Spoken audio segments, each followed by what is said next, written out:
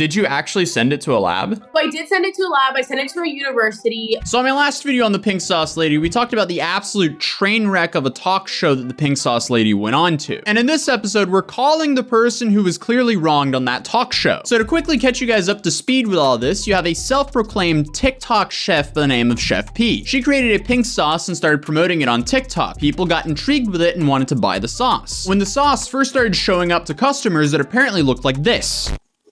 Oh my God. Instead of apologizing, Chef P continued to only post good reviews of the sauce. Then when finally enough people started asking her questions about it, she replied in a live stream where this happened. What do you mean FDA approved? I don't sell medical products. Apparently, while all of this was going on, there was a TikTok user by the name of Allured Beauty, who's the woman I'm interviewing later on in this video who made her own reviews on the pink sauce. And if you've been paying attention to the pink sauce saga, you could probably guess the reviews weren't great because the sauce wasn't great. So fast forward a couple weeks and a talk show by the name of Karamo invites both Chef P and Allured Beauty onto the show. Chef P gets this whole segment on the show where they're creating a narrative where we should feel bad for her. They were completely downplaying all of her negligence. And then they finally brought out Allured Beauty and essentially just blamed her for the backlash that Chef P was getting. And to make things even more confusing, Allured Beauty had recently made a TikTok where she sent the pink sauce into a lab.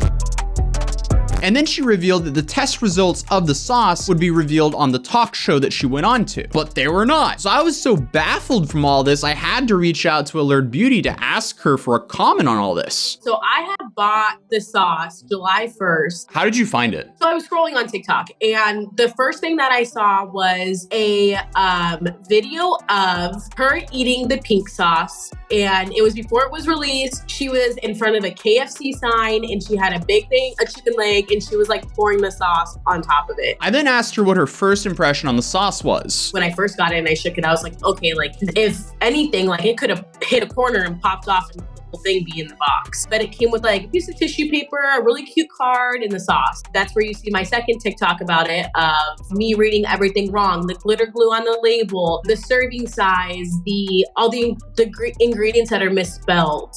And that's kind of where things started to progress from that video. Your initial, I guess, thoughts on the sauce was, okay, it came in a little bit of a damaged box, but that's just the USPS system right there. But when you saw the label and then the glitter glue all over the place, you were questioning it a little bit, I'm assuming. Yeah, absolutely. And if I was like that concerned at the beginning, I wouldn't have ate it. Yeah, because you followed up with a video of you eating the sauce, right? Mm-hmm. Who knows where it came from? Because I didn't notice it until after someone had pointed it out. And you can see it in the first video. Oh, so in the first video, someone saw, oh, wow, look, the sauce has glitter in it, like from the video. Wow. Yeah, and there was tons of comments. It's from, I believe, the unpackaging video where you can see it. That's when I made my second or third video on it. That's when I was like, okay, like let's send this off for lab testing. And yeah, did you actually send it to a lab? So I did send it to a lab. I sent it to a university. They don't test like for certain bacteria. They just test for the bacteria amount. And I feel like those results were so hyped up when they were meant really to be more so like those results aren't accurate enough to be like, here, this is what they are. Let's all attack Chef P, because that was never my intention. If that was my intention, that it would have already been a video made, said and done. So like after I got a lot of insight and I watched a lot of people's videos who are like sauce masters on it, yeah, I did stick my finger in it, but I know other than that, like my hands are clean. I wash my hands 24/7. Other than that, like I don't have like guilt per se, because I know that I did things in the best possible way because I wanted to know. So like I packaged it up the right way, sent in dry ice, did all that, kept in contact with the lab every day. All I know for sure is that the expiration date, that's something that I can speak about, is that the expiration date obviously wasn't correct because it said a month from when I got it, and it had originally shipped, I think the 15th of July is when it shipped, and I didn't get it till maybe the 22nd. On your TikTok, you were teasing that you were going to reveal the test results on the show that you went on to. And what happened there? Did they just tell you we're not going to show these results?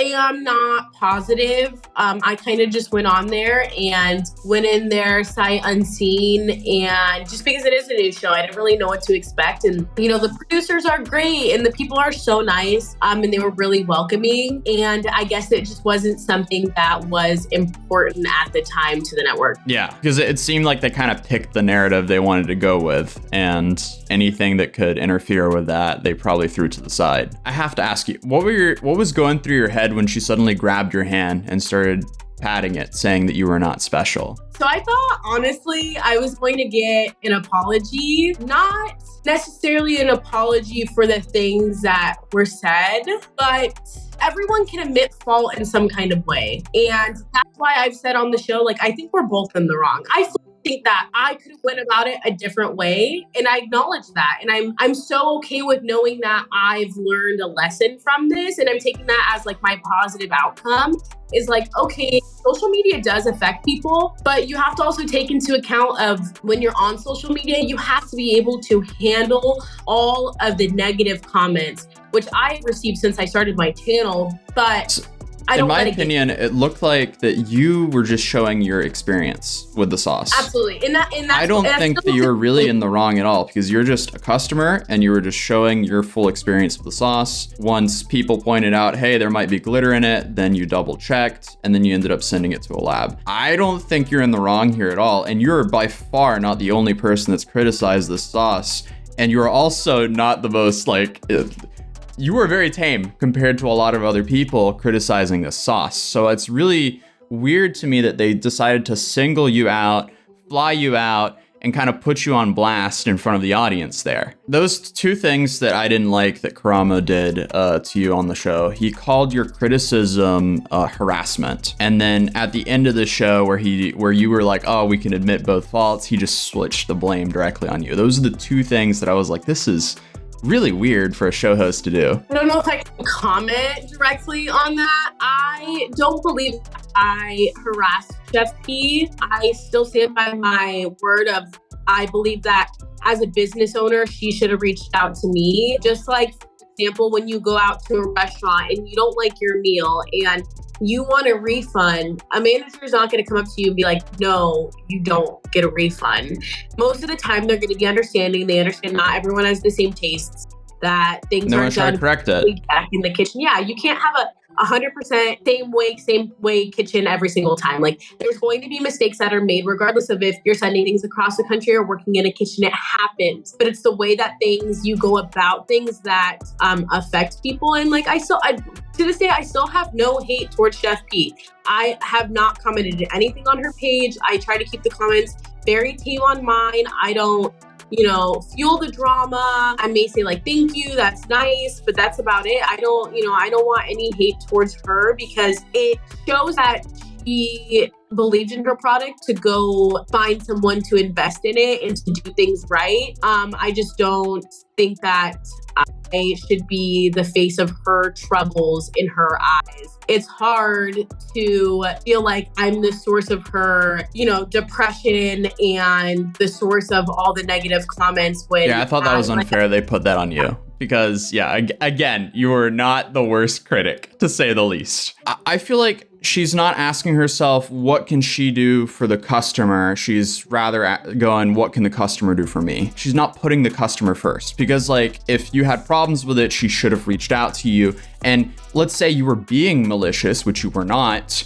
At the very least, she would have the receipt of trying to make amends meet with you. And I feel like that would have been good for her. One last question. Are you ever going to release your test results public, or are they going to remain private? I've commented on them. I don't think I would ever put them out in public, because I think that would just create more animosity towards me on Chef P's side. And I do think those test results really don't mean anything anymore, because she is fixing things. If she wasn't fixing anything, I believe that they would be important. But at this point, everyone who got bad products got bad products. And if anyone wanted to reach out to me specifically who had got bad products and was like, hey, will you share those with me? I, of course, would. If if they were someone who had, purchased it. Did you find them alarming? I don't know if I can comment on it per se, but all I can say is that I don't think that she set out to poison the world or to do anything wrong. I just think that she rushed something that is a great product. It just wasn't done correctly. And I don't want any of my allegations to be false. And that's why I don't try to speak badly about it, because I really don't, I don't have any bad blood anymore. Yeah, no malice towards her. Yeah, no malice towards her. I wish her nothing but the best. And I think those sauce results would only be super important if they were still being shipped out in the way that they are.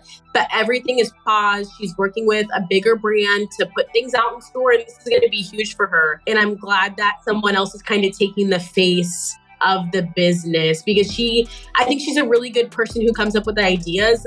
But running a business, you kind of have to have that background of customer service, marketing, things like that. And I think that she definitely needed help in that aspect. Well, thank you so much for your time, Allie. And where can people find you? So I have my TikTok. It's @AlluredBeauty. And then I'm on Instagram on bb_Breen. Awesome. Well, thank you so much. In a bit. Thank you so much for having me.